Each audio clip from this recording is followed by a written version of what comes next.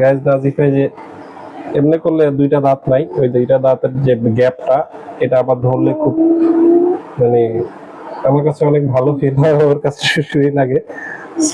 So, ওর এই দুইটা দাঁতের নাই হওয়ার পিছনে বেসিক্যালি দায়ী হচ্ছে আমি ওকে জোর করে ধরে এই দুইটা দাঁত ফেলে দিছি।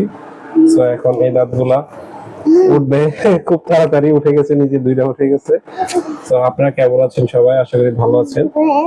এই যে র্যান্ডম যে ভিডিওগুলা আমরা পোস্ট করি, সো এই ভিডিওগুলো যদি আপনাদের ভালো লাগে অবশ্যই সাবস্ক্রাইব করবেন, লাইক করবেন এবং শেয়ার করবেন আমাদের চ্যানেলটা, আমাদের ভিডিওগুলা।